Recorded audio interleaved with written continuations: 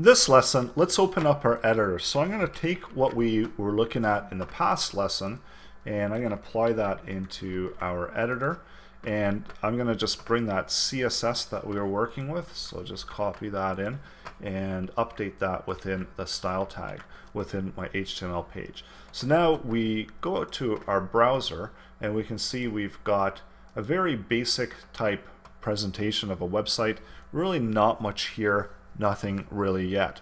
So let's start working with our CSS and build this out into an actual website. So let's see what happens here. I'm going to just make this a little bit smaller, and I'm going to open up my editor as well, so that hopefully we can get them both within that same screen there, and we can see as we're editing, and then I could just go and refresh it and magically transform the code on the right hand here into actual website.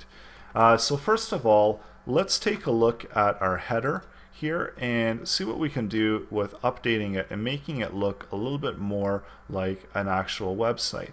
So maybe we want to apply some styling to it. And again, we can use the element header, apply it to that particular tag, but in case we need to reuse header, usually it's a better idea to apply it to the ID, or you could be more specific, you could do a header with the H1 and so on. So I want to apply it to the one with an ID of header. So this is selecting this particular element, and let's give it a background color. So really want to make it stand out. So background color, and a lot of the stuff here within HTML, it just really does make sense. So background color, and as we can see here in the right hand side, we're already getting a background color being applied. So a lot of times with our header area, we want to specify and reserve a particular height. So let's give it a height of 100 pixels, and we also might want to do a particular font size. So we can be really specific with the font size there, and let's make the font size fairly large. And I'm actually going to get rid of some of this here, where we'll just do a max width of 980 or something like that. And this min height can stay, and we'll also maybe get rid of some of this, or maybe lighten it a little bit. So maybe I'll just do that. So this is going to lighten it a little bit. So of course we're still going to probably update that as well.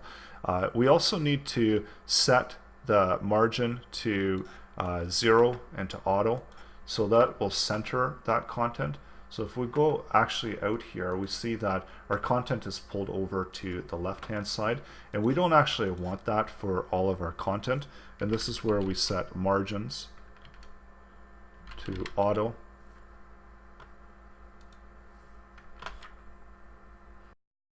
And now I can go back out here, and we see that now our content is automatically being centered, and that's what margin auto does.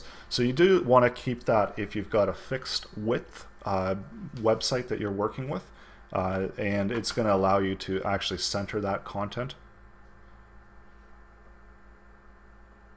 And also sometimes with certain browsers, so the one thing with browsers is they can be different depending on the browser. So let's just set this to relative, and this just helps us determine where we're positioning that content in the browser. So it's probably not going to look much different here. So I'm going to just refresh that, and we see there's not really much change there either within that. So let's go over back to the header and see what else we want to add into the header. So maybe we want to add in some padding.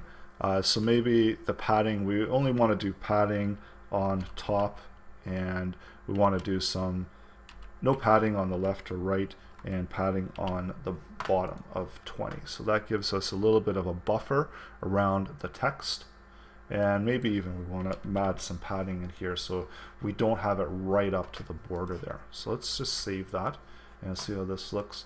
Refresh it, and we'll see that that's so it's turning out, it's looking a little bit more like a website.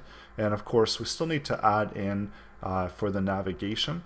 So navigation is going to be so we already have these hyperlinks in here, but it doesn't really look much like well-presented nav bar. And usually with navigation bars, I like to set them as unordered lists and have all of these as list items. And the reason is that sometimes it's just easier to present out. So I'm just going to add in them as list items, and then with CSS, I'm going to transform all of these list items into a navigation bar to make it look more presentable. So save that again. So in the next lesson, I'm going to take you through how to transform all of these list items into a more navigation menu looking output here within our browser. So that's coming up in the next lesson.